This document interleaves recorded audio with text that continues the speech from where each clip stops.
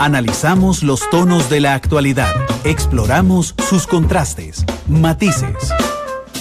Así es que, don Carlos Cascante, bienvenido a Matices, ¿qué tal? Muchas gracias, Randall. Nuevamente acá, después de las jornadas internas que estuvieron muy interesantes, volvamos al mundo que está convulso, complejo y igualmente interesante, aunque a veces interesante no es sinónimo de que nos agrade lo que estamos viendo. A veces interesante no es sinónimo de bueno. Toño Rodríguez, saludos desde Grecia, dice Luis Chavarría, que nos escucha desde Panamá, Luciano Machado, Yolanda Herrera, Pablo A. Vargas, gracias a todos de verdad que se suman a esta transmisión, igual que a Martín Torres. Si les gusta Matices, yo les invito por favor a compartir el link del programa, igual que a Víctor Hugo Valverde, que nos saluda desde Turrialba. Decía que han pasado muchos hechos, uno de esos se enmarca en una lamentable noticia para América Latina, para el continente, para el periodismo, para nuestra corporación, Albavisión. Hoy se ha confirmado el presidente de Ecuador, Lenín Moreno, el asesinato de 3 colegas en Ecuador. El diario El Comercio es parte de la misma corporación de la que depende Central de Radios, Albavisión, y 3 miembros de un equipo periodístico fueron secuestrados hace 2 semanas por un grupo paramilitar que había desertado de las Fuerzas Armadas Revolucionarias de Colombia en la frontera entre Colombia y Ecuador, que ha sido un secreto a voces desde hace muchos años, de hecho desde un bombardeo que hizo Colombia en la selva ecuatoriana, de la presencia de grupos paramilitares ahí. Anoche se filtran unas fotografías a la cadena RCN de Colombia, donde aparentemente uno de nuestros compañeros está fallecido. Empiezan a hacerse las pesquisas. El presidente Lenín Moreno de Ecuador regresa de emergencia de la Cumbre de las Américas para hacerse cargo personalmente de la situación de crisis. Le da 12 horas a los captores para que demuestren o den señales de vida de los 3 capturados, y lamentablemente hoy a eso de las 12 de mediodía, en una conferencia de prensa, el presidente de Ecuador confirma el fallecimiento de nuestros 3 compañeros. Por supuesto que es una noticia muy lamentable. Les decía, no solo por supuesto para la familia y los compañeros de estos 3 miembros del equipo periodístico del Comercio, sino también porque representa 2 cosas. Una violación a los derechos humanos gravísima, porque la muerte de un periodista no solo vale la muerte de cualquier persona, que ya de por sí es lamentable, sino que es un ataque directo a la libertad de expresión y al derecho a la información que no tenemos los periodistas, sino el pueblo completo. Y el otro es la confirmación de la presencia de grupos paramilitares justamente en esa frontera entre Ecuador y Colombia. Carlos, te iba a pedir por favor que me ayudaras en este tema en particular un ratito. Muy rápidas las reflexiones, porque la verdad no he seguido con profundidad este acontecimiento. Hay que dejar claro una cosa: una de las debilidades más fuertes que hay en América Latina es la protección a los periodistas. Es decir, este caso de Ecuador no es un caso aislado. Hemos tenido casos en México, hemos tenido casos en Centroamérica muy graves, de forma tal que no pensemos que este hecho es aislado y descontextualizado de lo que pasa en el resto de América Latina. Por otra parte, refleja uno de los inconvenientes o problemas que venían aparejados al conflicto colombiano, que duró muchos años, ¿verdad? Que no era un conflicto solo limitado al territorio colombiano, sino que afectaba el vecindario y lo sigue afectando, y los procesos de paz, en la medida en que ese desarrollo del plan de pacificación colombiano se vuelva más complicado, como parece que va a darse, pues nos va a mantener en esa misma situación de crispación y de una serie de grupos que en algún momento estuvieron vinculados con las FARC, que van a tener que buscar otros medios para ganarse la vida, y algunos eran ilegales. Entonces podemos encontrarnos ante un proceso bastante complejo, especialmente no solo en Ecuador, sino en Centroamérica. Es decir, una serie de ex miembros de las FARC muy probablemente tendrán un espacio abierto en Centroamérica junto con el crimen organizado. Es decir, se pueden juntar junto con el problema que tenemos de crimen organizado. Y por otra parte, Randall, presenta un nuevo reto en el proceso de construcción de una institucionalidad fuerte en América Latina que proteja a los medios de prensa. Actualmente existe toda una institucionalidad, incluso dentro de la OEA, dirigido a proteger a los medios de prensa, pero que ha sido cuestionado especialmente por aquellos países que consideran que la libertad de prensa es algo que se puede sacrificar. Y yo creo que aquí tenemos que tener claro, aunque se cometan abusos de ciertos derechos, y podamos pensar que en algunos momentos la prensa se extralimita, en algunos derechos es mejor la extralimitación que los intentos de control y de regulación. ¿Por qué? Porque si nosotros nos ponemos a controlar y a regular excesivamente un derecho de revisión de las actuaciones públicas, previo, estamos dándole alas a este tipo de situaciones, que por medio de la amenaza, por medio del chantaje, se intente callar a las personas, y vemos eso, y podemos empezar a ver eso como normal, porque el Estado también intenta limitarlas. Entonces creo que tenemos el reto de aceptar un mundo donde la prensa es cada vez más relevante, y donde los niveles de protección, si queremos que la prensa juegue un papel trascendente en la fiscalización de las actuaciones públicas, tiene que estar cada vez más apalancada por una institucionalidad que respete esa función y ese enorme responsabilidad que tiene la prensa. Claro. De hecho, aquí en Costa Rica no nos vemos exentos de esta situación. Carlos, los últimos casos de corrupción del siglo XX aquí en Costa Rica, prácticamente la caja de resonancia y el quien ha llevado a cabo el trabajo de investigación ha sido la prensa. En 2004 el diario La Nación con Caja Fischer y con Isalcatel, posteriormente La Trocha, donde después de una denuncia de la presidenta Chinchilla, en ese momento todos los medios de comunicación nos ponemos a investigar, más recientemente los colegas de CROI con la investigación sobre el cementazo que les valió un premio nacional de periodismo.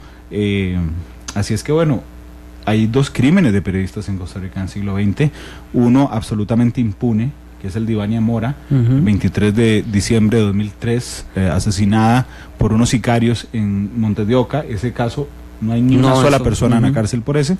Y el otro es el de Parmenio Medina, el 7 de julio de 2001, que hay 2 personas en la cárcel. Sin embargo, la verdad real del homicidio de Parmenio Medina nunca saltó a la luz, así es que valga la pena también revisarnos un poco nosotros. Totalmente, y en este momento hay que entender que gracias al internet y a las nuevas tecnologías, ya no solo las grandes corporaciones hacen una labor de periodismo fuerte, ya hay mucho periodismo independiente. Entonces nos obliga a replantearnos también cómo proteger a aquellas personas que, haciendo uso de esta libertad de prensa consagrada por la Corte Interamericana de Derechos Humanos, incluso al nivel de no necesitar una colegiatura para hacer trabajo de prensa, porque se considera tan valioso el trabajo de prensa que va más allá de un título académico o de la existencia de un colegio profesional. Lo cierto del caso es que cada vez tenemos que generar mecanismos de protección para más gente. Así es. Saludos a Francisco Vargas desde Coronado, a Gabriela Barrantes, que dice que llueve muy fuerte y mucho frío en San Ramón de Tres Ríos. Dice que le encanta Matices. Gracias, Gabriela. Diego Valverde dice, saludos a ambos. Carlos, ex compañero de colegio, dice Diego. Así es que un abrazo a Diego, que te lo manda un compañero de colegio.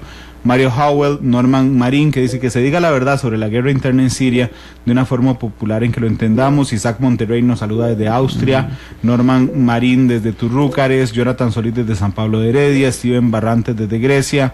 Luis Fernando Novoa dice, no es una guerra interna. Rosa Marlene Gamboa, saludos, Matices, programa más que interesante desde Zarcero. Giovanni Cascante desde San Carlos. Bueno, un montón de gente, igual que Carol Rojas, que nos reporta sintonía. El otro tema que te iba a pedir un paréntesis antes de entrar al tema de Siria era justamente hablar sobre la Cumbre de las Américas, que tiene ausencias importantes, una indirectamente vinculada al tema Siria-Estados Unidos, que es la de Donald Trump. La otra es de Nicolás Maduro, a quien no se le invitó, nunca se le invitó, y que dijo que iba a llegar por aire, mar o tierra, pero que ayer en la ovación de su pueblo fiel dijo, no voy a ir a la Cumbre de las Américas.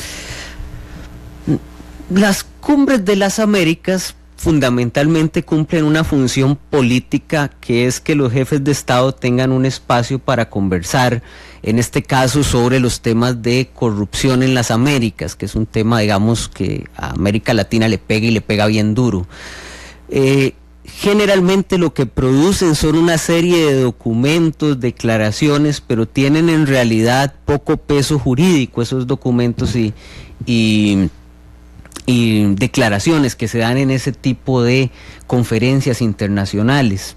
Entonces su principal función es que los presidentes conversen bilateralmente, y en este caso iba a ser muy relevante para América Latina porque se trataba de la primera visita de Donald Trump a Latinoamérica. Y hay que acordarse que Trump no solo hacía una gira a Perú por la cumbre, sino que también pasaba a Colombia, uno de los principales aliados de los Estados Unidos en la región. Nos quedamos esperando, por ende, en la cumbre, los discursos que sobre la política exterior de los Estados Unidos podrían haber elaborado, dada la presencia de Trump, actores interesantes en la cumbre. Nos quedamos también esperando, dada la ausencia de Trump, que él estableciera cuáles iban a ser sus ejes de relación con América Latina, o bien que era muy esperable que él hablara de seguridad e inmigración, que son, digamos, los únicos temas que han estado presentes en la agenda hacia América Latina. Claro. Pero era de esperar, y creo que eso esperaban las agencias de noticias, algo salido del contexto, como es natural y que ya se vuelve un patrón en la conducta del presidente de los Estados Unidos. Por otra parte, las cumbres de las Américas permiten la participación de actores que no están dentro de la OEA, me refiero específicamente al caso cubano. Entonces hubiera sido muy interesante porque era enfrentar, digamos, a uno de los críticos fundamentales de el régimen de los Estados Unidos en este momento. Entonces, la ausencia de Trump como que le quitó peso y relevancia a la cumbre de las Américas, tanto... Aún con el tema de Venezuela, presente ahí. Sí, es que, vamos a ver, ¿qué más podías decir sobre el tema de Venezuela más que el aislamiento diplomático que ya vive Venezuela? Claro. Es decir, era un reforzamiento de acciones que ya han hecho y que han sido encabezadas incluso por el gobierno peruano, que ha sido uno, digamos, de los gobiernos más críticos a nivel de su política exterior, sin pensar en Pedro Pablo Kuczynski, que ya no está. Desde siempre mantuvo una posición muy pesada respecto a Venezuela, y que en determinado momento, cuando la discusión en la OEA no progresa, construye un grupo, digamos, de amigos de la democracia en Venezuela, que le ha llevado la contraria y ha sido muy duro sobre Maduro. Es decir, creo que el tema Venezuela, en esos ámbitos, yo creo que ya se ha dicho todo lo que se podía decir. Falta nada más que los estados que quieran tomar una administración, una política más dura, retiren sus embajadas de Venezuela, pero ya se ha hecho en términos políticos de ese tipo de reuniones lo que se puede hacer. Y está claro además que creo que casi ningún país va a aceptar los resultados de las elecciones en Venezuela. Ya la mayoría de los países ha señalado que son elecciones espurias, salvo los muy cercanos, los países muy cercanos a Venezuela. Yo creo que también podría ser una estrategia de Mauricio Macri, el presidente de Argentina, quien tras la retirada de Pedro Pablo Kuczynski, el presidente de Perú, quiere asumir el liderazgo. Exactamente. Sí, que lo ha hecho, por ejemplo, en la reunión que tuvo con el presidente del gobierno español, Rajoy, que también ha tenido una visión muy crítica de los asuntos venezolanos, y que señalaron la necesidad de crear un bloque común para impulsar mayores sanciones a Venezuela. Lo que pasa es que en el caso venezolano, las mayores sanciones se las pueden poner dos actores, no tanto que no son latinoamericanos. Uno son los Estados Unidos, todavía el principal receptor del petróleo venezolano, y los otros son la Unión Europea. Y la impresión es que ambos actores han llegado al punto máximo que están dispuestos a establecer como sanciones claras a Venezuela. Entonces no veo que la cumbre nos traiga mayores puede darnos sorpresas, ¿verdad? Todavía falta un día de cumbre, nos dé mayores, tal vez que en la declaración se haga una mención fuerte a Venezuela, que eso en términos diplomáticos es muy fuerte, pero que otras menciones más fuertes a Venezuela se pueden hacer por parte de los países que tienen una animadversión al gobierno venezolano. Carlos, igual América Latina está cargado del realismo mágico, del realismo inclusive de Gabriel García Márquez. A mí cada vez América Latina se me parece más a Macondo, porque no deja de tener paradojas interesantes. El tema central de la cumbre es gobernabilidad democrática frente a la corrupción. Sí. Y se da en Lima, donde acaba de renunciar el presidente por el caso Odebrecht. Perdón, si eso no es una paradoja, no sé y participan gobiernos, el gobierno de Brasil, con tema de corrupción altísimo, el caso de Lula en la palestra, tanto de corrupción del PT, del Partido de los Trabajadores, como del Movimiento Democrático Brasileño, como de todos los partidos políticos que han tenido alguna injerencia en el gobierno brasileño. Macri no ha salido indemne de sus primeros 2 años, ¿verdad? Hay acusaciones de corrupción muy fuertes al gobierno de Macri, como vos señalabas, el de Perú. En Centroamérica, los gobiernos de Centroamérica, prácticamente todos han sido, los actuales gobiernos han sido cuestionados fuertemente, incluyéndonos muy fuertemente. Entonces es como muy fácil llegar a hablar de que hay que combatir la corrupción, pero prácticamente ninguno de los gobiernos que está ahí puede decir, bueno, mi gobierno ha estado impoluto con casos de corrupción puntuales, sino que más bien se ve como un elemento, y que el Latinobarómetro ha demostrado que es una de las grandes preocupaciones de las sociedades latinoamericanas, ¿verdad? El nivel de corrupción de sus gobiernos. Un saludo también a las personas que nos reportan sintonía por Twitter, a Vini Brenes, que dice, ya listo para la cátedra del mes. Además Jerry Bolaños, aprendiz de pintor, que está en sintonía desde Cartago. Esmer Moraga, que dice, grandes expectativas por el panelista. Los mejores programas internacionales son de Don Carlos, saludos desde Cartago, dice Andrés. Así es que bueno, muchas gracias a ustedes por estar con nosotros. Vamos a hablar ahora sí, Siria y Estados Unidos. Vamos a ver. Carlos, hay algunas señales diplomáticas y algunas no diplomáticas sino simbólicas que lanzan los países cuando están a punto de ejercer una labor de fuerza. En el caso del presidente de los Estados Unidos, Donald Trump, advierte que lo que hace Bashar al-Assad, que es un bombardeo químico con muchas víctimas civiles, 59 en particular, Donald Trump cancela su viaje a la Cumbre de las Américas, dice tengo que estar aquí, y empieza lo que nos tiene acostumbrados, anuncios a través de Twitter. El embajador ruso dice que van a derribar cualquier misil que sobrevuele el territorio sirio. Inmediatamente Donald Trump agarra su teléfono, abre la cuenta en Twitter y empieza, sí, pues nuestros misiles son más bonitos, más inteligentes y más rápidos. Textual. Sí, vendedor de carros. Anunció el ataque a Siria, que no se ha dado, a través de Twitter. Y después dijo que se podría dar hoy, que se podría dar mañana, o tal vez no se dé. Hombre, es un legítimo vendedor de carros. Sí. Con el perdón de los vendedores de carros. No, hay muy honestos. Sí, hay muy honestos, yo sé. Pero por supuesto que ese es el manejo que está dando. Entonces, ¿para qué se quedó en Estados Unidos? Vamos a ver, respecto de Siria, tal vez para los que no han seguido mucho el conflicto, una explicación muy general. Adelante. Básicamente, Siria es un país ubicado en el Medio Oriente que tiene una posición estratégica por 2 razones.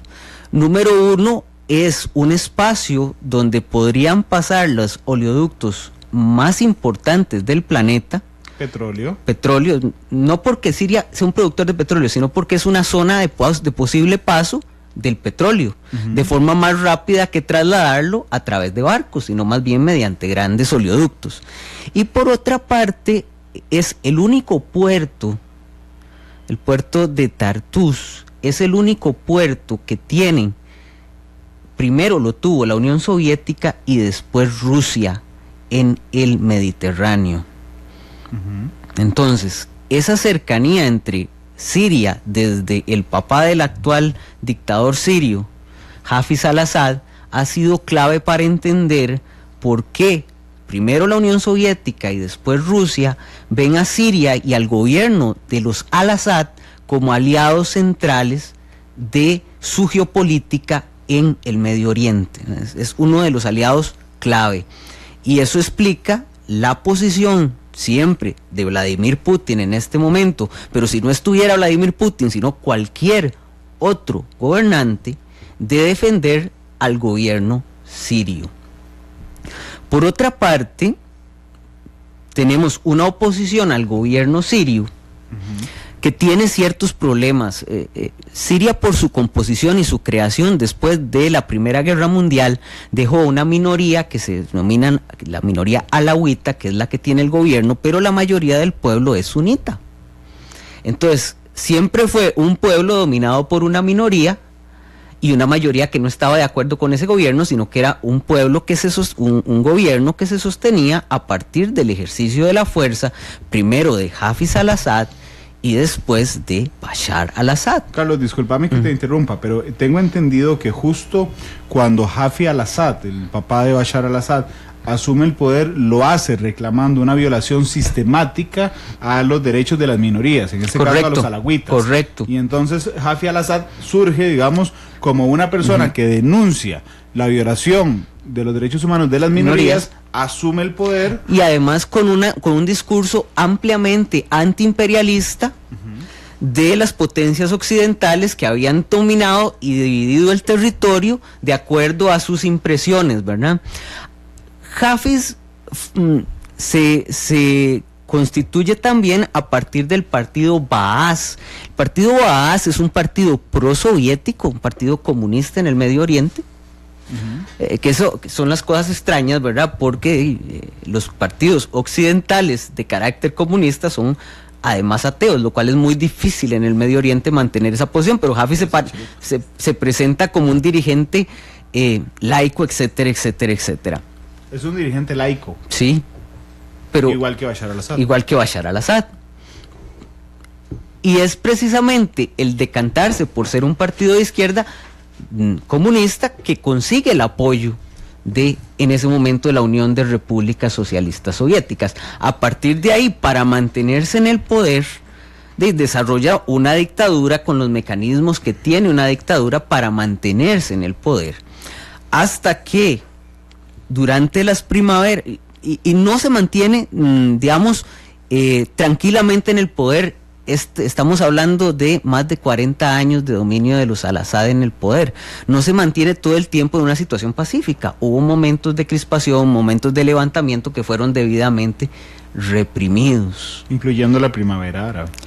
La primavera árabe, recordemos que se da en un contexto en que hay una crisis económica mundial y que el nivel de desempleo en Medio Oriente llega a niveles altos y las dictaduras se quedan sin el componente de... Una dictadura no solo se mantiene a partir de mano dura, se mantiene a partir de darle bienes, trabajo, alimentación a su población.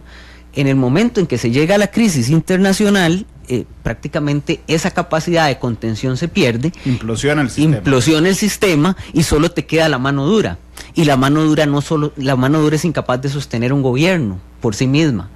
De hecho, Siria, el problema que vive Siria es que muchos de los levantamientos que hay dentro de Siria son de grupos igualmente fundamentalistas religiosos, que se levantan contra al-Assad porque al-Assad y su padre quisieron establecer un mecanismo de limitación del poder del clero en Siria. Entonces estamos ante una situación en la cual se genera un levantamiento de carácter fundamentalista religioso en algunos casos, y muchos de los frentes que tienen internos al-Assad son de fundamentalistas religiosos.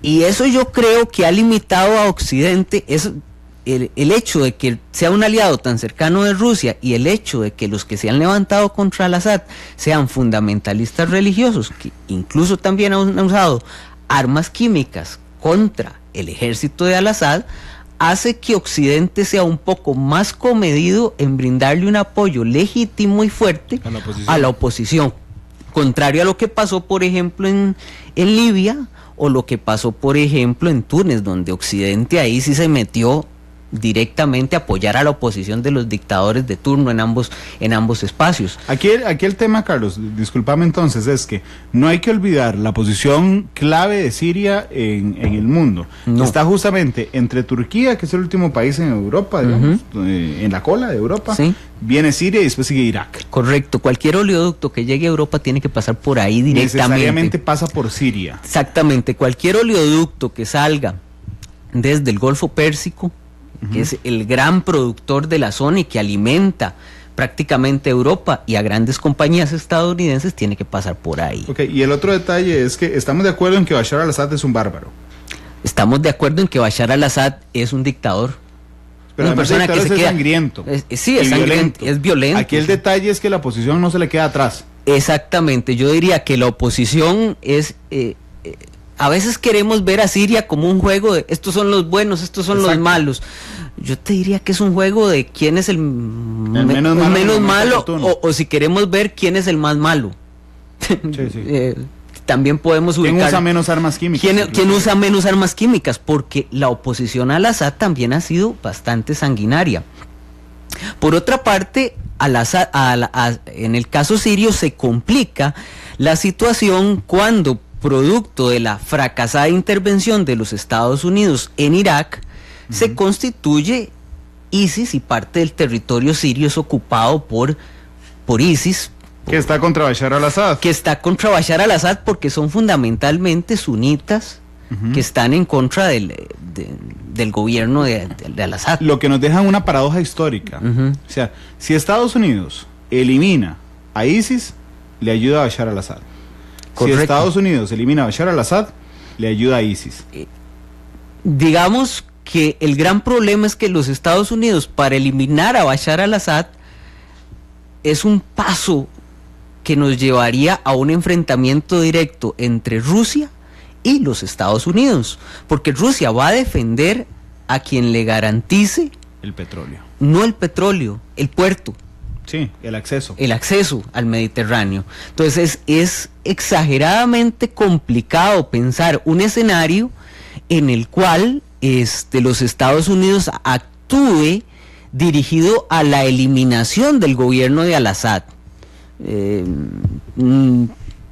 Porque definitivamente es algo que Putin y cualquier presidente de Rusia no aceptaría. Carlos, dice Andreas Augenthaler, que normalmente critica mucho los programas de Matices, pero yo respeto a la gente que nos escribe. Dice, otra campaña de desinformación de Matices. Los rebeldes no son nada más que mercenarios pagados por la OTAN y por Arabia Saudita. Assad fue electo democráticamente y no es un dictador. La gente lo quiere. Entonces, ¿por qué están en guerra? ¿Y por qué la mitad del pueblo quiere que se vaya? Innegablemente está claro que el régimen de Bashar al-Assad ha usado armas químicas contra su pueblo. Además, hay niños, mujeres. Además, vamos a ver, nosotros suponemos que una democracia implica cambio de gobierno, ¿no? Sí. Aquí ya tenemos alternancia y aquí no hemos tenido alternancia de la familia en 40 años.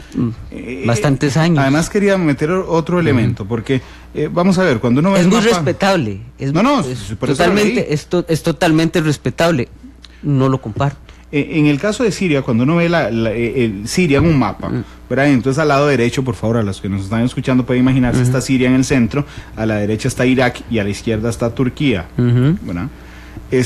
ISIS avanza desde Irak y toma algunos territorios sirios. Inclusive ha querido entrar a Turquía en algunas ocasiones. Sin embargo, hay una barrera humana odiada también por Bashar al-Assad que se llaman los kurdos. Correcto. Y que tienen prácticamente odiado por todos los países del Medio Oriente. Pero que los ha salvado. Pero que son los más... Turquía.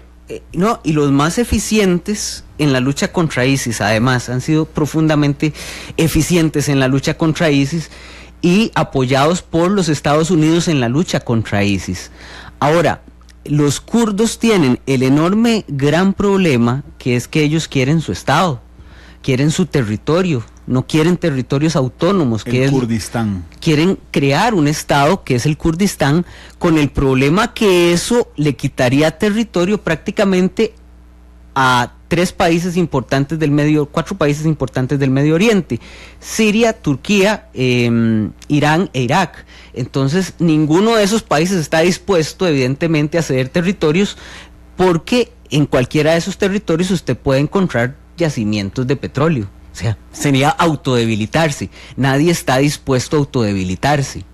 Ok, vamos a ver. La pregunta te sonará a que me vas a enterrar en cajita blanca, pero tiene una intención, Carlos. ¿Cuál interés directo de los Estados Unidos afecta a Bashar al-Assad? ¿Qué territorio estadounidense afecta a Bashar al-Assad? ¿Qué seguridad estadounidense afecta a Bashar al-Assad? Mira, ¿o es el petróleo? Vos estás poniendo la duda y el pleito que hay entre y que hubo durante toda la administración Obama entre el Pentágono y la Secretaría de Estado. La Secretaría de Estado insistía en que los Estados Unidos tenían que intervenir más en Siria, fundamentalmente por dos razones: garantizarse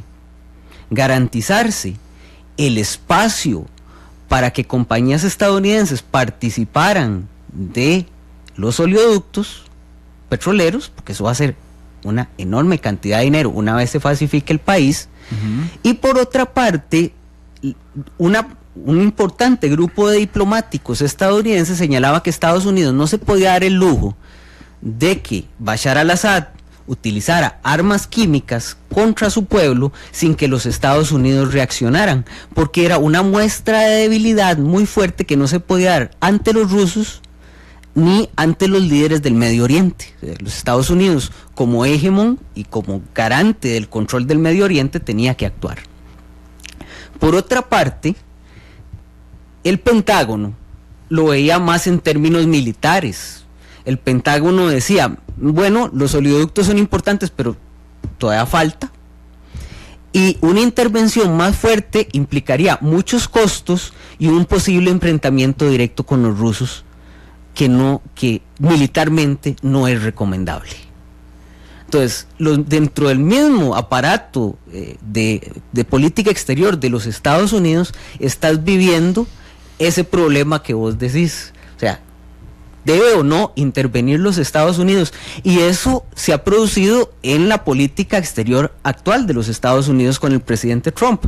No hará 2 semanas Trump dijo que quería estar fuera de Siria, y anteriormente había incluso suspendido misiones de apoyo de los Estados Unidos a los rebeldes sirios. No es sino hasta el evento de Ghouta, ciudad que se acusa a Bashar al-Assad de utilizar armas químicas nuevamente, que los Estados Unidos vuelven a endurecer su discurso. Pero también el discurso de los Estados Unidos ha sido completamente ambivalente hacia el conflicto, porque no hay una decisión interna de qué es lo que le conviene más a los Estados Unidos. Entonces Trump está jugando a amenazar con humo. Veámoslo en la primera actuación de Trump en Siria. Sí, bombardea.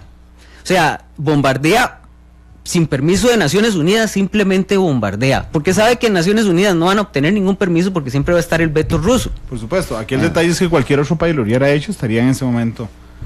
Aquí el detalle es que si lo hace el ejército más poderoso del mundo, no va a ser condenado internacionalmente como una violación al derecho internacional, pero nuevamente bombardea puntualmente. Sí. Y nada más. Pero déjame retrotraerme justamente para recordar ese elemento. Hay un bombardeo químico en una ciudad en ese instante 2 años. Estamos hablando de 2 años. 2 años exactos, ¿verdad? Y todos nos acordamos de las imágenes terroríficas de la gente arrancándose la ropa por los efectos de las armas químicas. Estados Unidos acusa a Bashar al-Assad de usar armas químicas, él lo niega y lo sigue negando hasta hoy. Los rusos lo niegan. Los rusos lo niegan igualmente, y entonces Donald Trump decide bombardear el lugar de donde despegaron esos aviones con las armas químicas. Previo aviso a los rusos de que iba a bombardear para que no se produjera un incidente con los rusos. Les avisa un par de horas antes. Correcto. Y bombardea unilateralmente.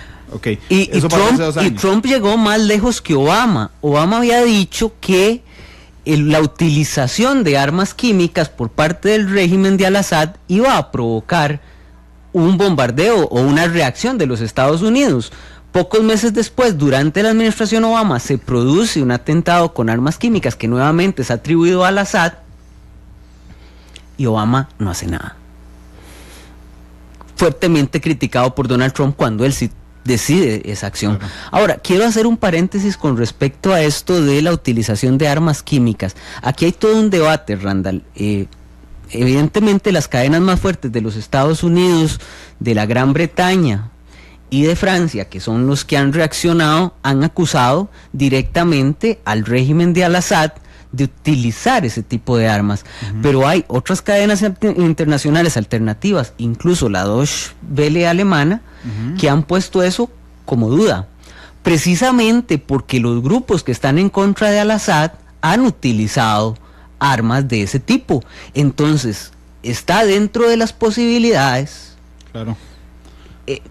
Y por ahí hayan dado la forma en que diplomáticamente los rusos han querido manejar la cuestión. Los rusos siempre han pedido que se haga una investigación independiente. Lo que pasa es que esas investigaciones independientes, la de hace 2 años, que terminó hace poco, y que señaló que era muy probable que haya sido el régimen de Al-Assad el que hubiera utilizado las armas, siempre va a estar cuestionada porque por aquí... Por el que pierda. Y por ejemplo, los rusos ahora han propuesto que en lugar de un ataque o de cualquier reacción militar se haga una investigación, pero el problema es cómo escoger a las personas que van a hacer la investigación que sea potable para ambas partes. Simple y sencillamente eso es imposible. Aquí hay 2 visiones extremas sobre un tema. Claro, aquí el detalle está, y la discusión en nuestro muro esta tarde anda por ahí, en que efectivamente las cadenas estadounidenses acusan sin pruebas, sí, totalmente, sin pruebas concluyentes, a Bashar al-Assad de usar las armas químicas. Por otro lado, las cadenas alternas y rusas, como RT por ejemplo, no se atreve a decir eso, sino que mantiene la posibilidad de que sean rebeldes o sea, claro, el ejército. Igual que la Deutsche Welle la Deutsche Welle se ha mantenido neutral. Sí. No le echa la culpa a nadie. No le echa nada más señala el hecho. Ahora, eso es parte del juego de este manejo. Hay que dejar claro una cosa. Es muy difícil. ¿Qué es lo que señala Al-Assad? Yo estoy ganando la guerra. ¿De qué me sirve a mí lanzar un ataque químico contra una población si eso más bien me perjudica en lo que parece ser ya una campaña ganadora? O sea, no me han podido votar durante 6 años, 7 años de conflicto. Domino las partes principales del país. Solo hay unas secciones del país que tiene el régimen, los opositores al régimen. Entonces, el asunto está en ¿para qué me voy a complicar yo la vida haciendo un bombardeo de armas químicas, atrayéndome toda todos los problemas si voy ganando? Y que desde un punto de vista ampliamente, si pensamos que todos somos racionales, tiene mucha racionalidad ese argumento. Lo que pasa es que los más fuertes opositores al régimen lo que dice es: no piense que todos los líderes como Al-Assad van a pensar racionalmente. O sea, no piense que el ser humano es racional, el ser humano se comporta de diferentes formas. Lo que pasa es que es una guerra noticiosa de potencias también. Totalmente. Porque, por ejemplo, el ministro de Exteriores ruso sale a anunciar a los medios rusos, por ejemplo, que ellos tienen demostrado que los videos donde caen las armas químicas fueron montajes. Correcto, ¿verdad? Y los trasladan a partir de RT, que es una cadena ligada al gobierno ruso. Directamente. Ahora, aquí yo, más que pensar en buenos o malos, lo que les recomiendo a las personas es que analicemos esto en virtud de potencias. Las potencias son potencias, tienen amplios elementos de dominación, buscan controlar espacios. Es decir, el tanto ponerse del lado de los Estados Unidos y suponer que los rusos son los buenos, o ponerse del lado de los rusos y suponer que los Estados Unidos son los malos, es pensar que hay potencias buenas y malas, o imperios buenos y malos. Los imperios y las potencias son imperios y potencias y ya. Y les importa muy poco a la hora de tomar acciones, en razón de proteger sus intereses, la situación que estén viviendo las poblaciones que sufren los embates de las potencias. Es decir, Siria está en una situación en la cual está en medio como lo ha estado durante todo el siglo XX, en medio de la posición de dos potencias y los europeos que son menos fuertes, que quieren conquistar ese territorio y utilizarlo. Eso no quiere decir tampoco que los líderes locales sean buenos. Los líderes locales se aprovechan de los imperios para mantenerse ellos en el poder, y esa ha sido la historia de los gobiernos indirectos en la historia de los imperios. Yo creo que lanzar la discusión, estos son los buenos, estos son los malos, es una simplificación demasiado obvia, demasiado fácil y demasiado propagandística. Claro, de hecho, Carlos, si hay una máxima, creo que uno puede utilizar varias veces en la vida, es que los datos, igual que los hechos, pero digamos, los datos en sí no son ni buenos ni malos, son datos que no están cargados de sentido. Ante esto, te quiero preguntar hoy, ¿tenemos demostrado hoy con pruebas irrefutables que en el bombardeo de hace 2 años fue culpa o fue propiciado por Bashar al-Assad? Mira, hay un informe de Naciones Unidas, pero igualmente es cuestionable quién hace el informe, ¿verdad? Porque al final del día vos podés señalar que el informe fue fundamentalmente propiciado por gente que está con las potencias occidentales y no con Rusia. Por eso Rusia ahora está pidiendo, no, yo quiero ver quién hace el informe para determinar que ese me sea a mí aceptable como analista de la situación actual en Siria. Sí. Es decir, no, incluso un informe de Naciones Unidas, yo te diría que a mí no me generaría la seguridad de que es imparcial, y yo diría, no es imparcial. Las Naciones Unidas tampoco funcionan imparcialmente, ni la burocracia de Naciones Unidas funciona imparcialmente. Nada funciona imparcialmente. Hay una prueba irrefutable de que Bashar al-Assad lanzó el ataque químico de la semana pasada. No. Ese es un hecho, ahí está el dato. No tenemos una prueba. No hay una evidencia, y muy difícilmente llegaremos a tener una evidencia que nos demuestre realmente qué pasó, porque en los grandes conflictos el primero que sale sacrificado es la verdad. Entonces, evidentemente hay que entender por qué los Estados Unidos reacciona de la forma que reacciona, y no crean los que nos escuchan que lo hace por defender derechos humanos de las personas que salieron perjudicados en el ataque, sea quien sea el provocador del ataque. Es evidente que Donald Trump tiene una serie de problemas internos, y que el espacio para salir de esos problemas internos, la posibilidad de salir de esos problemas internos, se lo da la situación internacional, que puede trabajar y manejar a partir del conflicto en Siria. Qué dicha que llegaste ahí, porque justamente quiero darle un nuevo viraje al programa. Así como los ticos nos quejamos de que cada vez que cada vez que Nicaragua, Daniel Ortega tiene un conflicto interno y la gente le cuestiona y dice, nos quitaron a Guanacaste, entonces otra vez todo el mundo, y a todos los nicaragüenses se les olvida el conflicto interno. El conflicto interno de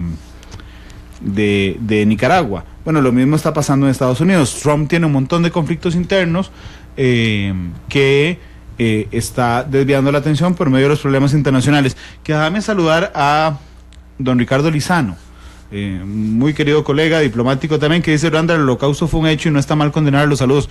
Tiene razón, don Ricardo. Yo dije que los hechos y los datos no son malos per se, no. Los datos no, los hechos sí. Así es que voy a corregir yo, los datos no son malos o buenos, son datos. Los hechos, por supuesto que sí, tienen una carga subyacente. Aprovechando el ejemplo que nos da el señor Lizano, que es muy válido, Stalin no fue condenado por sus holocaustos porque ganó la guerra. Entonces, siempre en los problemas de la justicia internacional y de los grandes conflictos, la verdad es de los ganadores. No podemos ocultar ese hecho, y los ganadores tienen mecanismos para difundir esa verdad. Aquí la idea además es determinar, Carlos, me parece, el interés de cada uno de los actores. Claro, porque nosotros difícilmente tenemos condiciones para determinar cuál es la verdad por nuestros propios medios. Yo por eso me niego a aceptar o uno o lo otro. ¿Por qué? Porque no tengo medios yo para demostrarlo. ¿En qué me baso yo para demostrar eso? Básicamente, en si leo RT si leo The Washington Post, si veo la Deutsche Welle. Es decir, incluso la gente que está viviendo el conflicto tampoco lo puede determinar con mucha seguridad. La única forma de llegar a esto es a partir ya de la investigación histórica y de la aparición de fuentes primarias, comunicados dentro de los gobiernos que nos lleguen a ver que se tomó una acción militar en tal forma y por qué se tomó. Aquí nosotros podemos acercarnos a los argumentos de las potencias para defender una u otra realidad y a sus intereses que sí son muy evidentes. Son las 2 de la tarde con 55 minutos. Te dije que me alegraba que llegaras ahí a ese punto porque quiero hablar de los problemas internos que se están viviendo en este instante en los Estados Unidos y que justamente Donald Trump ha logrado de alguna forma evadir mediante la situación externa, particularmente. Perdón, y que ya ha Siria. aprovechado el caso Siria varias veces para ello. Recordemos que el primer bombardeo se produce justamente cuando el gobierno Trump vive una de las épocas más amargas de su primer año, básicamente empezando el grave cuestionamiento de la investigación especial del fiscal Mueller. Entonces se lanza ese ataque muy oportunista, muy inmediato, casi sin consultar a nadie, ni siquiera se informa al Congreso que se va a tomar esa acción y se toma. Y yo creo que nuevamente Trump se encuentra ante un escenario interno muy complejo por diversas razones. En primer lugar, hay cambios muy fuertes en el gabinete. Es el primer elemento. ¿Cuáles son esos cambios fuertes? Déjalo ahí. Ajá. Vamos a la pausa. Ok, pura vida. ¿Cuáles son los cambios fuertes en el gabinete de Donald Trump? Son las 2 con 55 minutos. Vamos a hacer una sola pausa comercial. Así es que don Carlos pide la canción en esta pausa y regresamos con más.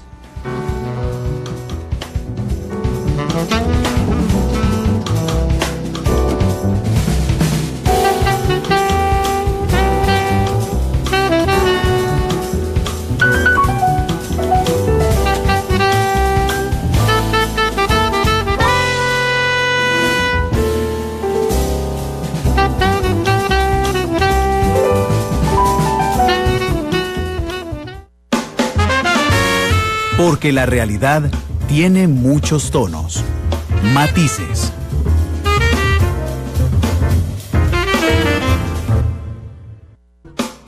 Analizamos los tonos de la actualidad, exploramos sus contrastes, matices.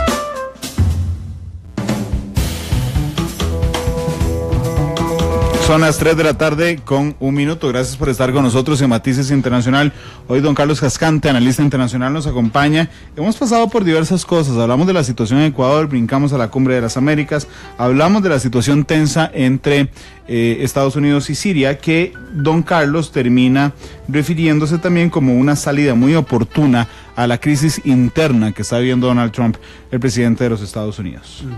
Así es que, ¿cuál crisis interna, don Carlos? En primer lugar, hay una crisis de reestructuración de su equipo de política exterior y de seguridad.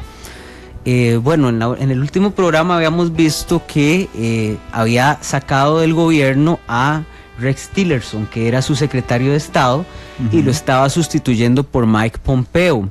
Mike Pompeo ayer se sometió al escrutinio del Senado, quien tiene que confirmar el nombramiento, que es bastante complicado para Trump en este momento, confirmar nombramientos porque está 51-49 en el Senado.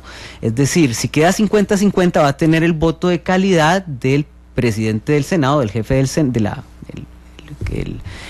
la presidente de la Cámara, que es su vicepresidente Mike Pence, pero puede ser que no alcance el 50-50. ¿Por qué? Porque un senador decide no votar, un senador de él decide no votar, porque hay enemistades entre Pompeo y un senador republicano que decide cobrarse una factura en ese momento. Es decir, está muy limitado la capacidad de nombramiento de Trump en este momento. Por otra parte, decidió prescindir de su asesor anterior en temas de seguridad, el general H.R. McMaster, y lo sustituye por un viejo conocido de la política conservadora en los Estados Unidos que se llama John Bolton. Ese nombramiento no requiere confirmación del Senado, pero John Bolton, para mayor cercanía, fue embajador de los Estados Unidos en Naciones Unidas en la época Bush, y es uno de los grandes defensores de que a Naciones Unidas los Estados Unidos le debe eliminar completamente su presupuesto porque lo considera un mecanismo que se puede prescindir y que no le causaría gran problema al mundo. Es considerado un tipo de los halcones más pesados en los Estados Unidos en materia de política exterior, con visiones muy fuertes hacia Rusia, con visiones muy fuertes hacia Irán, y que es, digamos, partidario de que un ejercicio de política fuerte implica el uso de la potencia militar para asegurar la buena voluntad de tus enemigos. Es decir, es una joyita. Por otra parte, el jefe de su gabinete, John Kelly, está pasando horas bajas y se ha hablado muy fuertemente de su sustitución. Parece que ha caído de la gracia del presidente, y ya John Kelly también está harto del presidente, y parece que lo está dejando afuera de conversaciones importantes, y eso es ya señal de que la época de John Kelly, que en algún programa hemos dicho que tenía el reto de ordenar la Casa Blanca, fracasó. Se lo comió la Casa Blanca. Se lo comió la relación con Trump y la imposibilidad de manejarlo. Entonces, ese trío además, estamos ante el cambio también de la jefatura en la CIA, que es todavía más compleja de pasar en el Congreso que incluso la de Mike Pompeo. Entonces, la situación interna, de política interna, en cuanto a ese cuadro, es muy difícil de manejar. Entonces, tener un conflicto externo o demostrar fuerza en el exterior puede ser un mecanismo que utilicen para decir, por ejemplo, vean, vamos a entrar en una situación de más fortaleza hacia Siria, pero yo para eso ocupo mi secretario de Estado. Claro. Porque no puedo hacer... puedo usar como medida de presión. Exactamente, no puedo entrar a una política seria de protección de los rebeldes sirios si no tengo un secretario de Estado con una posición dura hacia esas cosas, y Pompeo cumple con esa posición de política dura, realpolitik, hacia esa serie de asuntos. Entonces es muy útil tener un conflicto abierto porque te obliga a la necesidad de poner un secretario de Estado rápido. Por otra parte, Randall, sobre el presidente pesan dos cruces en materia de investigaciones que hay contra él. La primera cruz es la de todos conocido, la investigación del fiscal especial Mueller por la trama rusa, que está, vamos a ponerlo así, que lleva, digamos, una gran investigación que le puede saltar al presidente, no tanto lo de la trama rusa y establecer que Donald Trump utilizó a los rusos en su campaña, o la información rusa en su campaña contra Hillary Clinton, sino más bien una acusación que se puede dar y que es tal vez más fácil de probar, que es la obstrucción de justicia. Es decir, que el presidente premeditadamente tomó una serie de medidas para que esto no se conociera, para que los contactos entre su campaña y el gobierno ruso permanecieran ocultos. Exactamente. Entonces estamos ante un momento clave, porque aunque el equipo del fiscal Mueller ha dicho que todavía el presidente no está imputado, ni siquiera señalado en la investigación, lo cierto del caso es que se viene un momento en el cual el presidente Trump va a tener que declararle al fiscal Mueller, que de hecho ha sido muy noticioso el proceso que se llevó contra el abogado del presidente Trump, al cual se le allanó su casa, su hotel, y se sacaron una serie de documentos, etcétera, etcétera. Esto generó que el equipo de Trump entrara a negociar ya muy fuertemente las características que va a tener, las condiciones y características que va a tener la declaración de Trump ante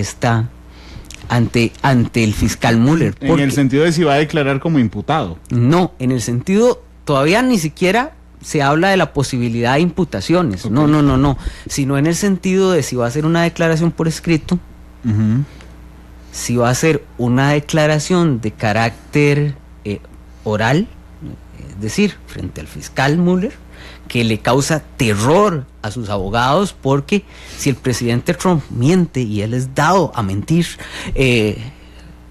la mayoría de gente que lo conoce toda su vida ha dicho que es un mentiroso compulsivo, pues puede generar que el presidente caiga en mentirle a una autoridad federal de los Estados Unidos, y eso sí es muy grave. Eso inmediatamente es una causal, configura obstrucción de justicia y configura posibles delitos. Desconozco si va a ser juramentado o no, creo que no va a ser juramentado, pero aún así mentir en una investigación federal es una causa muy grave que se le puede abrir al presidente. Y lo otro que discuten es, ya sea que sea oral, ya sea que sea por escrito, cuán larga va a ser la declaración, porque es claro que los abogados quieren que sea corta, para que diga lo menos posible. Que diga lo menos posible, porque saben que si el fiscal Mueller tiene la capacidad de enojarlo, de retarlo, el señor puede perder el control y va a ser muy fácil que puedan caer en una serie de errores que le provoquen una serie de problemas y que se terminen de configurar la investigación en contra de él. Entonces es una situación bastante compleja la que está viviendo en esa parte de la investigación. Por otro lado, la segunda cruz es la investigación que está haciendo las autoridades de los Estados Unidos contra el abogado del presidente Trump por un caso que ha sido muy famoso porque involucra a una actriz de películas pornográficas, la cual aparentemente tuvo una relación con el presidente en el 2006, ni siquiera cercano a su campaña, pero que ante la posibilidad de que la señorita dijera o hablara sobre esa relación con el presidente Trump, que pudo haber afectado la campaña electoral, fue pagada por el abogado del presidente Trump como para que mantuviera un estatus de silencio y que no se refiriera a esto. Eso es muy grave porque han caído en contradicciones las fuentes cercanas al presidente Trump sobre de dónde sale este dinero. Si el dinero sale de la campaña, es bastante grave que la campaña electoral de un presidente pague a una actriz porno en los Estados Unidos para que no diga nada de la relación del presidente Trump. Y por otro lado, si es una colaboración del abogado que altruistamente le dio a la señora $160,000 para no causarle problemas a un amigo, eso puede ser considerado como una colaboración a la campaña que no fue registrada, que es igualmente una cuestión que puede generar conflictos. Aparte de eso, cuando ya allanan al abogado del presidente, de ahí, y empiezan a buscar los documentos, ahí puede aparecer cosas bastante pesadas, no solo en términos de la actual situación del presidente Trump, sino anteriores. Es decir, se pueden generar una serie de crisis alternativas a las que está viviendo ahora. Bueno, y vamos a crisis alternativas. Porque... Incluso, perdóname, la reacción del presidente Trump fue violenta, incluso señalando nuevamente el discurso de Casa de Brujas, que está viviendo como nunca antes nadie lo ha vivido. Claro, pero es que aquí el detalle, y voy a frenar en lo que iba a decir, es que el fiscal especial Robert Mueller, a mí me ha sorprendido, Carlos, que no lo haya quitado Donald Trump. Esa es la otra. Yo no entiendo por qué no lo ha quitado.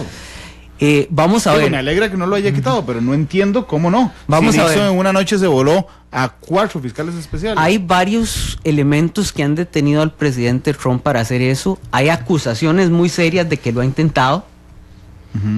Pero él tendría que sacar al segundo al mando del Departamento de Justicia para poder sacar a Mueller.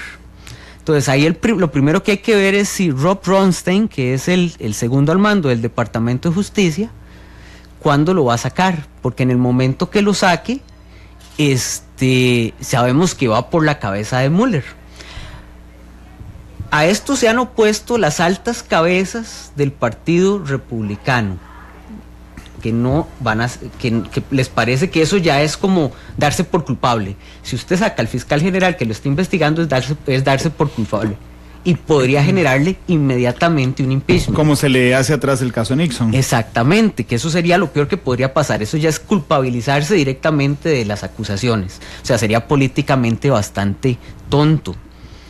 Y además hay una situación. Los republicanos han impedido que los demócratas pasen mecanismos que protejan al fiscal Mueller, mecanismos que tiene el Senado de los Estados Unidos para proteger al fiscal Mueller.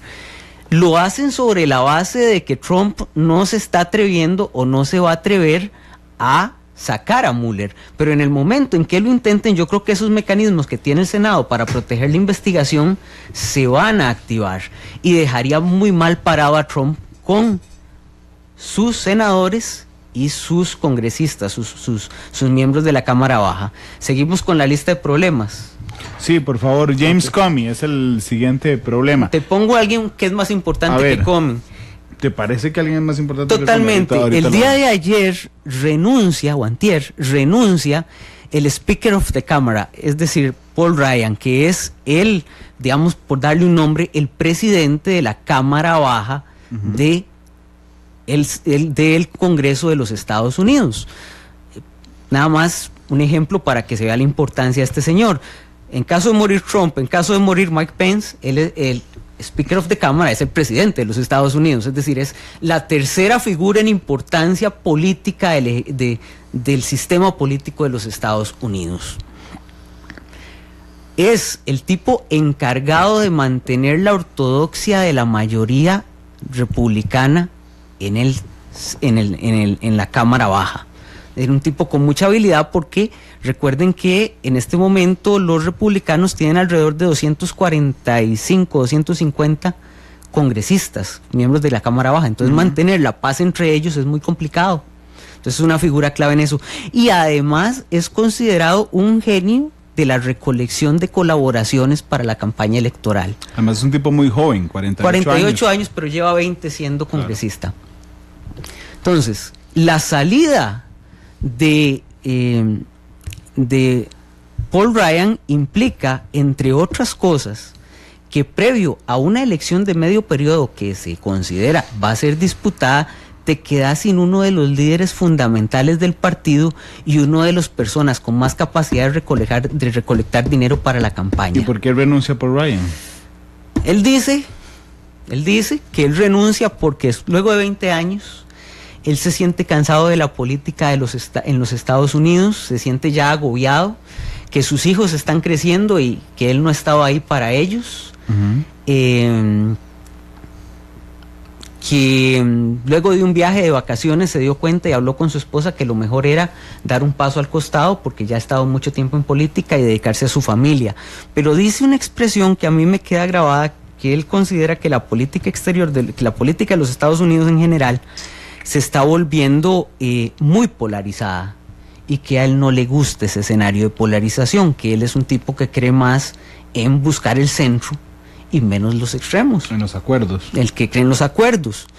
Y eso es en clara referencia al presidente Trump, con quien dice ha logrado restablecer sus relaciones, luego de lo que lo criticó fuertemente en campaña, pero esa frase me da a entender que él no está siendo capaz ya de lidiar con el presidente Trump, y la salida de Paul Ryan de la campaña, porque implica la salida de la campaña, abre un pleito por la sustitución de Ryan, porque le están pidiendo que se retire de una vez y que se haga una elección de nuevo speaker, y eso abre un frente dentro del partido republicano. Es decir, Trump, con la cercanía de unas elecciones de medio periodo, tiene a su partido más dividido que nunca. Claro. Enfrentando la elección de del presidente de la Cámara de Representantes. Y enfrentando unas elecciones de medio periodo que, si los demócratas logran retomar la Cámara Baja y retomar el Senado y la investigación del fiscal Mueller llega a buen término, se enfrentaría a un posible impeachment. Es decir, las posibilidades, ojo, no estoy diciendo que va a haber un impeachment, lo que estoy diciendo es que las probabilidades de un juicio político, pues aumentan en un alto porcentaje.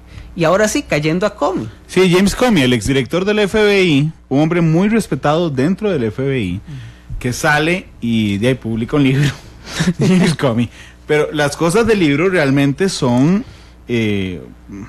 hombres, espeluznantes en algunas cosas. Primero, lo primero que hace James Comey, siendo un tipo tan respetable, es que entra por el tema del peluquín o no peluquín de Trump, ¿verdad? Dice que lo había visto, pero que la primera vez que lo saludó se le quedó fijo mirando el pelo a ver si era de él o no, y que llegó a la conclusión de que no era un peluquín, de que sí es... Bueno, eso no tiene ninguna importancia. Pero después empieza a decir que el presidente de los Estados Unidos es un mentiroso... compulsivo. Sí, completo, falto de ética, egocentrismo, y lo acusa además de un acosador. Acosador, y además lo acusa de una situación que es increíble, porque a la pareja Obama los quieren mucho en Estados Unidos. Y entonces James Comey dice que, y lo hace con muchísima minuciosidad, que en la suite presidencial del Hotel Ritz-Carlton en Moscú, Trump contrata a un grupo de prostitutas para que orine en la cama donde había dormido el matrimonio Obama. Eso tiene cero importancia en política. Pero es muy fuerte. No necesariamente, Randall. Recuerde una cosa. Parte de lo que se decía en los cuerpos de inteligencia de Estados Unidos que les causaba miedo el presidente Trump es que los rusos tuvieran la información necesaria como para torcerle el brazo. O sea,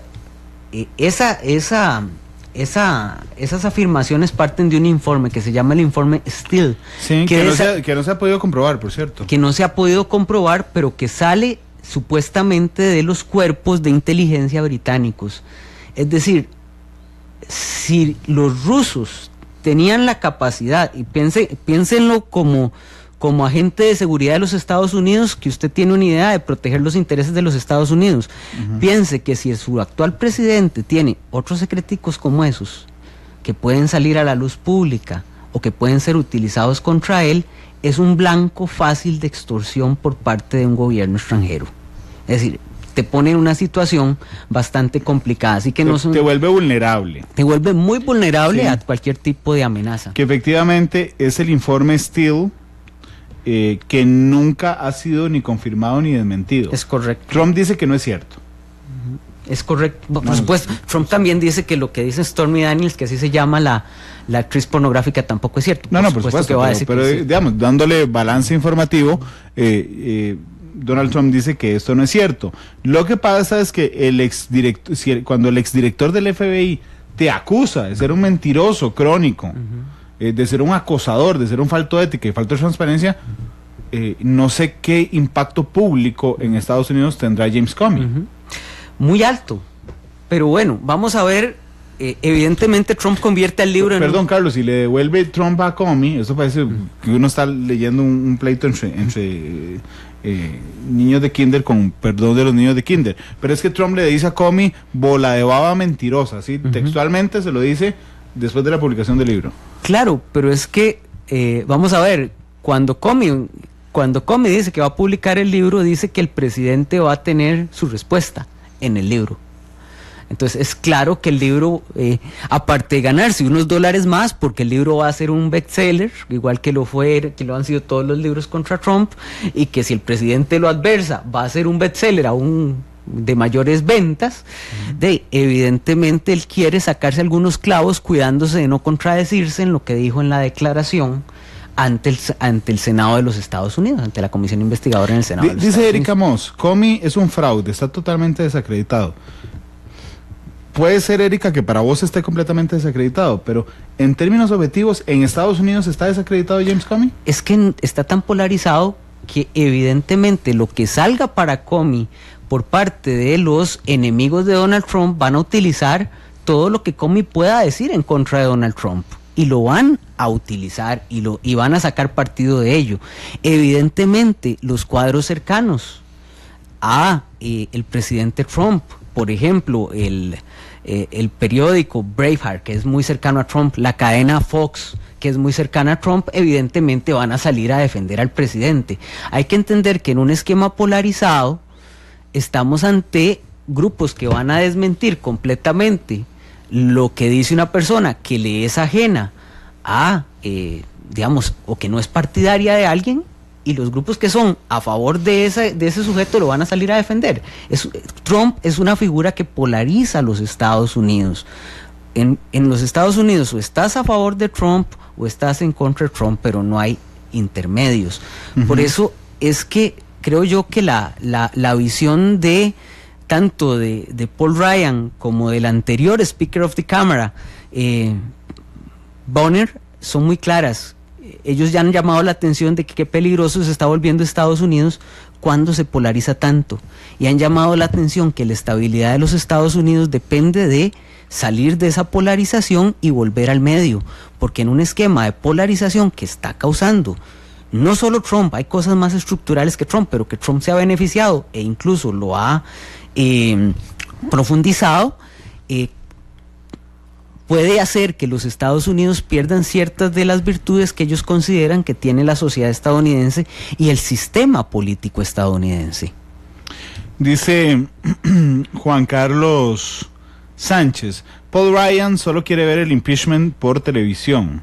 Se sabe candidateable y quiere desmarcarse del presidente. ¿Qué te parece esa afirmación? Puede ser, no lo dudo, que cualquiera que haya llegado a esa posición y que tiene la capacidad de recaudar en una semana 3-4 millones de dólares para una campaña, yendo a fiestas y presentándose y usando su figura, quisiera no estar marcado en un gobierno que parece crítico. Ahora, el ser presidente de los Estados Unidos y el incluso presentar una candidatura en Estados Unidos depende de muchas cosas. También estar alejado del reflector en los Estados Unidos puede llegar a afectarle, porque una cosa es hablar como el Speaker of the Cámara y otra cosa es hablar fuera de la política.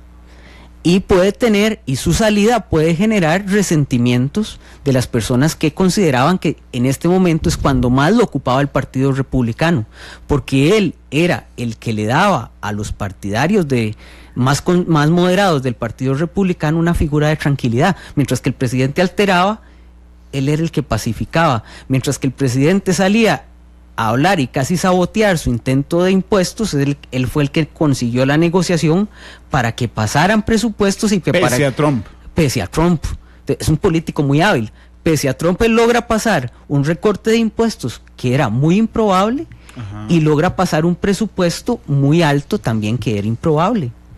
Saludos a Reiner Guevara también, que nos reporta sintonía, igual que a Verónica Mora. Nos quedan 2 minutos. En términos concretos, Carlos, déjame resumir el programa en 4 preguntas de casi sí o no, como si fueras un candidato presidencial. Ay, no, Dios me libre, Randall. Podrías pensar en el 22. No, gracias. ¿Saldrá algo importante de la Cumbre de las Américas, sí o no? No. Okay. Nuevamente más papel para las bibliotecas. ¿Atacará Estados Unidos a Siria esta semana? Muy difícil, Randa, no te puedo dar una respuesta de sí o no. Bueno, no, pero podrías elaborar un poco, no importa. Sí te diría que se están viendo las alternativas de bombardeos, se están viendo las alternativas de los objetivos que se van a bombardear, y se está intentando obtener el mayor apoyo posible de franceses y británicos para que no parezca solo una acción de los Estados Unidos. Y, más aún, cualquier ataque a Siria tiene que entenderse como un reto a Rusia. Okay. No como algo puramente del cuadro de guerra sirio. Esto es un enfrentamiento de potencias, no un enfrentamiento dentro de Siria. Te doy 1 minuto para esta, aunque da para un programa. Guerra comercial China-Estados Unidos. Uy, mucho más difícil. Vamos a ver, estamos en un proceso en el cual los Estados Unidos han intentado establecer aranceles más fuertes a la producción o a los productos de aluminio y hierro. Eso tiene una explicación militar.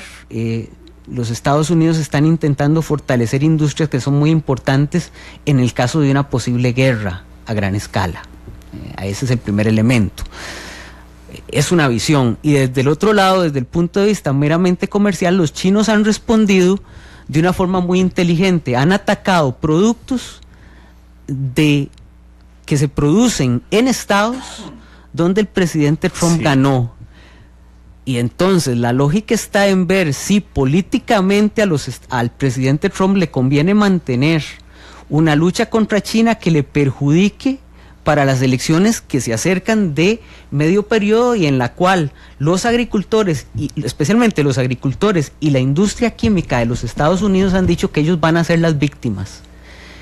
Y, perdón, esos son los estados del medio oeste de los Estados Unidos, que es un bastión del Partido Republicano, pero las elecciones de Alabama, donde gana un demócrata, demuestran que no es un bastión, que puede ser un bastión que puede sufrir problemas. Entonces la guerra, la llamada guerra comercial le puede perjudicar mucho en las elecciones de medio periodo a Trump.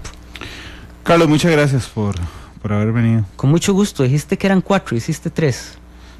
Sí, pero es que había una que tenía que ver con el tema de Ecuador, pero creo que lo había resuelto al inicio. Con que si esto ponía en jaque, digamos, el fin efectivo de las FARC. Es que yo creo que las FARC como movimiento no puede entenderse solo la de sus élites. Es un movimiento que tiene una serie de entramados sociales, y resolver con las élites no necesariamente significa resolver con todo ese entramado de relaciones que eran las FARC. Y que yo creo con sus bases. Resolver con sus bases que serán las menos favorecidas con el acuerdo. Ya vimos que las élites sí fueron muy favorecidas.